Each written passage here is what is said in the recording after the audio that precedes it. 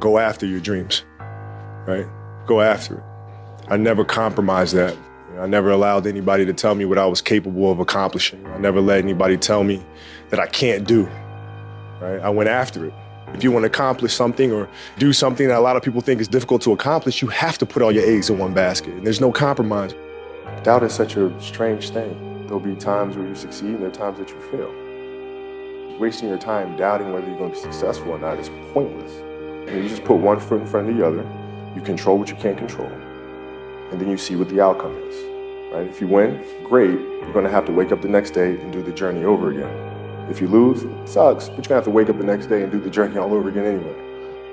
You know, if you want to play at an excellent level, if you want to do something excellent, you have to be excellent all the time. It's a way of life. It's not just I show up on Monday and be excellent. No, it don't work that way.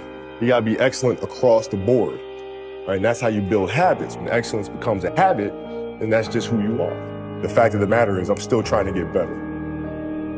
Make sure that you put your mind to it and go at it 110%. Don't let anybody tell you otherwise. Not only academically, but whether it's athletically, you have to go at it 110%. Don't let anybody tell you can't do something. The only person that can stop you from accomplishing something is yourself.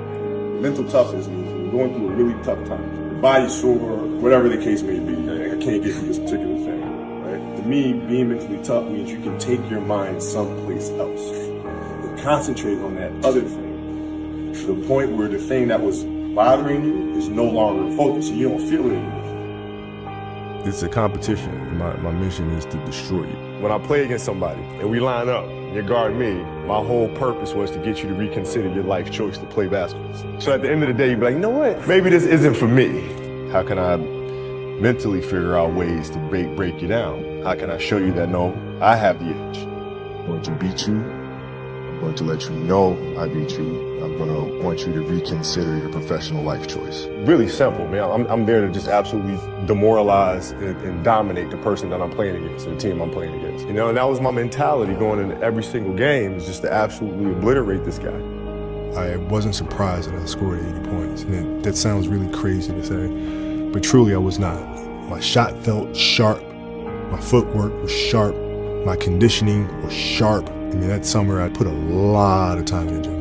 I put a lot of time on the track. I could run all day. The most important thing, I think, for players that come after me is to understand that these things are possible, because you don't want to ever limit your imagination. How in the world can we inspire people if we're continuing to give them what they believe is possible?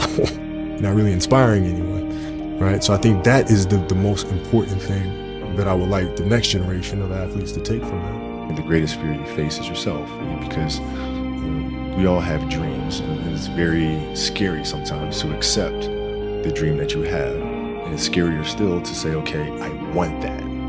It's scary because you're afraid that if you put your heart and soul into it and you fail, then how are you going to feel about yourself, right? So being fearless means putting yourself out there and going for it. No matter what, go for it. Not for anybody else, but for yourself.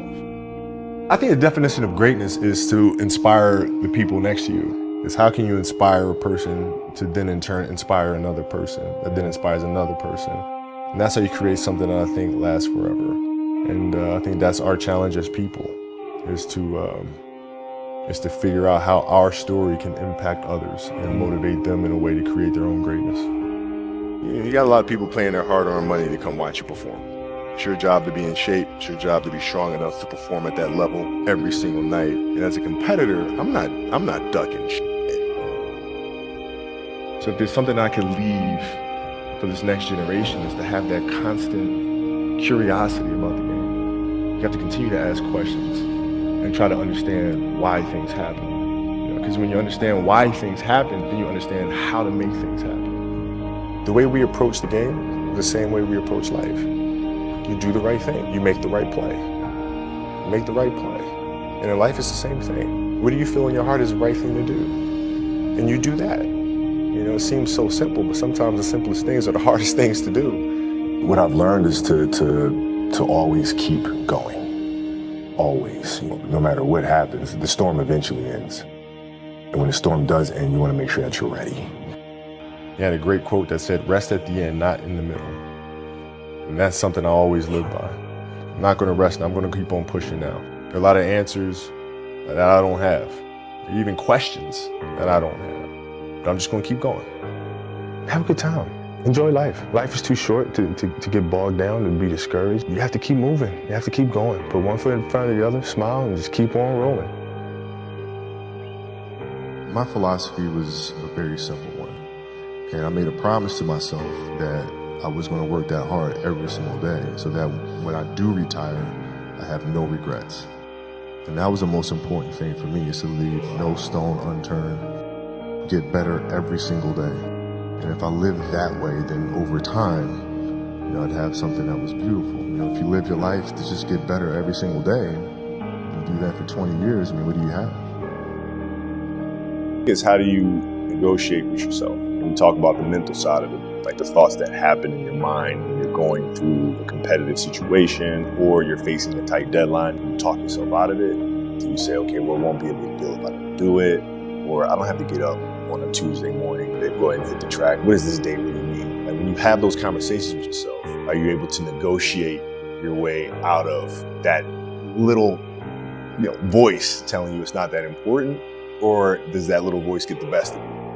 I think that's what separates people who go on to do great things versus people who don't. If you're going to do something, do it to the best of your ability. No matter what it is, if you're going to do it to the best of your ability. Like when you find that thing that you love, then life makes sense. You wake up in the morning and life makes sense. You have to figure out what it is that you really want to do. Like, wake up in the morning and say, I'm excited to go do this. But when you find what it is that you love to do, then you wake up every morning with a sense of purpose. If you love what you do and it's making you happy, all the hard work and perseverance will pay off. Yeah, that's the trick, isn't it? It's finding what you love to do. I wake up in the morning excited to get to it. And if you have that feeling, then you're truly doing what God has put you on this earth to do.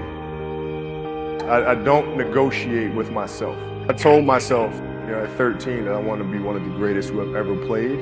That's the deal I made. I shook hands with myself. That is the deal. That is the contract. That is non-negotiable. I was on the track at like 4:30 a.m.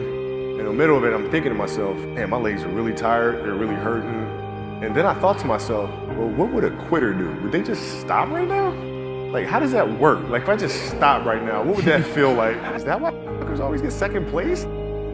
But I want to tell you guys something. When you have a dream, the one thing you have to watch out for are those out there that'll try to crush your dream. And you cannot allow that to happen. That is your biggest challenge. So I challenge you to have your dream, go after it with all you have, and be legendary in your own right. The confidence comes from preparation. So when the game's on the line, I'm not asking myself to do something that I haven't done thousands of times before.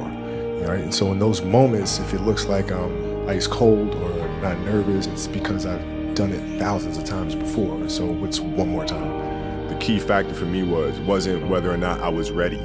It was the fact that if I wasn't ready, I was determined to figure out how to get ready. And ultimately, even if I was ready, I still need to improve anyway, right? So the work's not going to stop. The message is always to go out there and dominate. There's no let up. Once the game starts and once the practice begins, you're in that mode.